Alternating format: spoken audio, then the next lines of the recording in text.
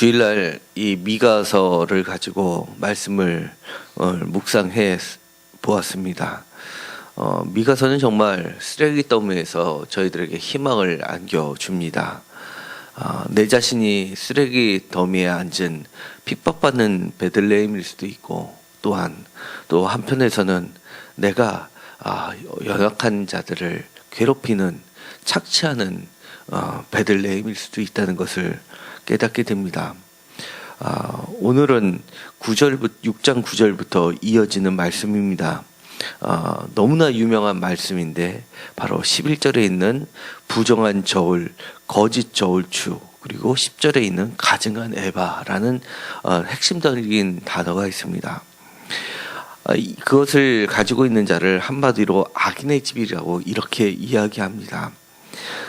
이곳에 적혀 있는 악인의 집, 그리고 불의한 재물, 이것은 가난한 자나 부한 자나 높은 자나 낮은 자나 사실은 어느 누구도 다 가질 수 있는 겁니다. 자기의 형편에 따라서 이것이 부정한 저울을 쓰거나 또는 가증한 에바를 가지고 적으면 적은 대로, 많으면 많은 대로 나름대로의 거짓을 가지고 자신의 삶을 유지해가는 모든 사람을 향하여 이 미가서는 기록되어 있습니다. 제가 보기에는 제 자신도 이 범위에 들어가는 것 같습니다. 그러면서도 그때마다 주님께 회개하고 또 나의 이익에 반한다 할지라도 하나님 앞에 항상 온전한 저울, 그리고 저울추 에바가 있기를 간절히 소망하게 됩니다. 내 입에서 거짓이 떠나갈 때, 그리고 내 마음에서 강포가 사라질 때, 그때 진정한 하나님의 나라가 이루어지는 것이라고 저는 생각하게 됩니다. 사실은 이것은 하나님의 백성이 무엇이냐라는 것을 알려주는 귀중한 말씀입니다. 왜냐하면 내가 사는 것이 내 힘으로 산다라고 하면 당연히 가증한 에바, 부정한 저울, 거짓 저울추를 갖고 있을수록 나의 부는 쌓일 수밖에 없지만, 이것은 하나님의 백성이 하나님의 나라를 세우는 방식이 아니기 때문에 결코 이것이 재물을 쌓는 도구가 될 수 없다는 것을 알려주게 됩니다. 아주 무서운 말씀이 14절에 나와 있습니다.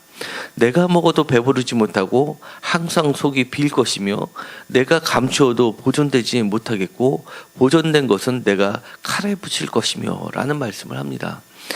저는 이 말씀을 읽을 때 정말 머리가 쭈뼛했습니다. 특히 제가 목회자의 길을 가기 전에 사업을 할 때 이 말씀을 읽고 얼마나 두려웠는지 모릅니다.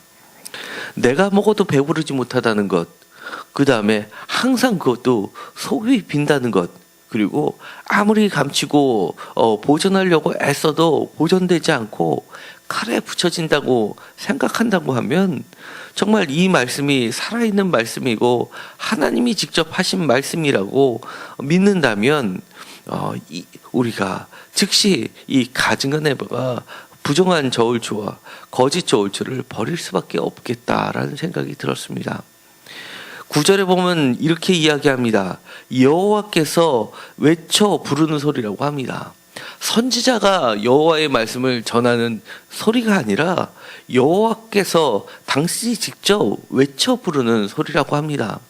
선지자의 입을 통해서 말씀하는 것이 아니라 선지자의 심정으로 얼마나 답답하셨으면 야훼의 날 직접 임하셔서 이렇게 외쳐 부르는 소리가 이 말씀이라는 겁니다.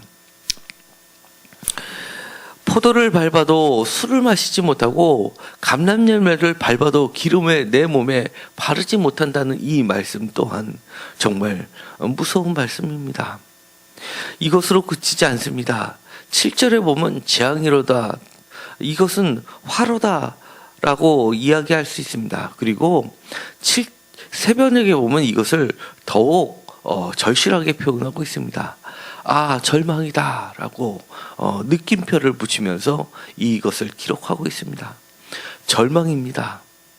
나는 여름 과일을 딴 후와 포도를 거둔 후 같아서 먹을 포도송이가 없고 내 마음에 사모하면은 처음 익은 무화과가 없도다라고 합니다. 사실은 처음 익은 무화과라는 것은 우리에게 희망을 나타내고 있습니다. 처음 익은 무화과 나무가 인생에 있어서 한 번도 찾아오지 않는다 그러면 정말 이것만큼 절망이 어디 있겠습니까? 우리가 주님을 처음 만났을 때의 그 첫사랑은 우리 인생에 정말 산소망이 되었고 정말 첫사랑이 되어 왔습니다. 그런데 우리 인생에서 이런 처음 익은 무화과 나무가 사라질 때 그것은 나에게 있어서 절망일 뿐만 아니라 끝입니다.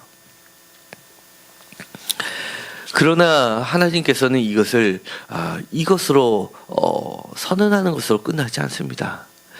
이렇게 말씀하시는 이유는 우리에게 돌아오라, 우리를 회복시키시는 하나님의 구원의 뜻이 담겨 있습니다. 이것은 책망의 소리이기도 하지만 사랑의 목소리이기도 합니다. 7장 7절부터 이어진 말씀은 정말 우리에게 다시금 일어설 희망을 주게 됩니다.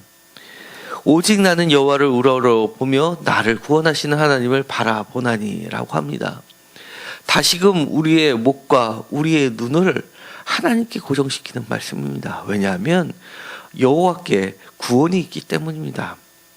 나의 길을 쫓고 세워서 하나님께 귀 기울이게 만들게 합니다. 왜냐하면 내가 8절에 보면 어두운 데 앉을지라도 여호와께서 나의 빛이 되실 것임이라 라고 말씀해 주시고 있기 때문입니다. 내가 주께서 나를 인도하시는 광명에 이르게 하고 그의 공의를 보리로다 라고 하면서 나의 눈이 드디어 빛을 만났고 하나님의 공의를 보게 한다는 겁니다. 그 결국은 11절에 있는 것처럼 지경이 넓혀진다고 구체적으로 말씀을 해주고 있습니다. 그것이 바로 그 지경이라는 것, 그 성벽이라는 것은 결국 예수 그리스도가 이 땅에 오심으로써 우리에게 진짜 소망이 무엇인지를 알려주셨습니다. 이제 성탄절이 다가옵니다. 우리 마음이 예수 그리스도 아기 예수를 담을 수 있을 정도로 깨끗한 그릇이 되어야겠습니다. 부정한 저울추, 부정한 저울, 가증한 애벌을 내던지는, 그리고 그것을 깨끗하게 청소하고, 그리고 내 마음에 처음 익은 무화과가 있도록 할 때 주님께서는 정말 기쁜 마음으로 우리 마음의 구유를 사용하실 준비가 되어 있을 겁니다.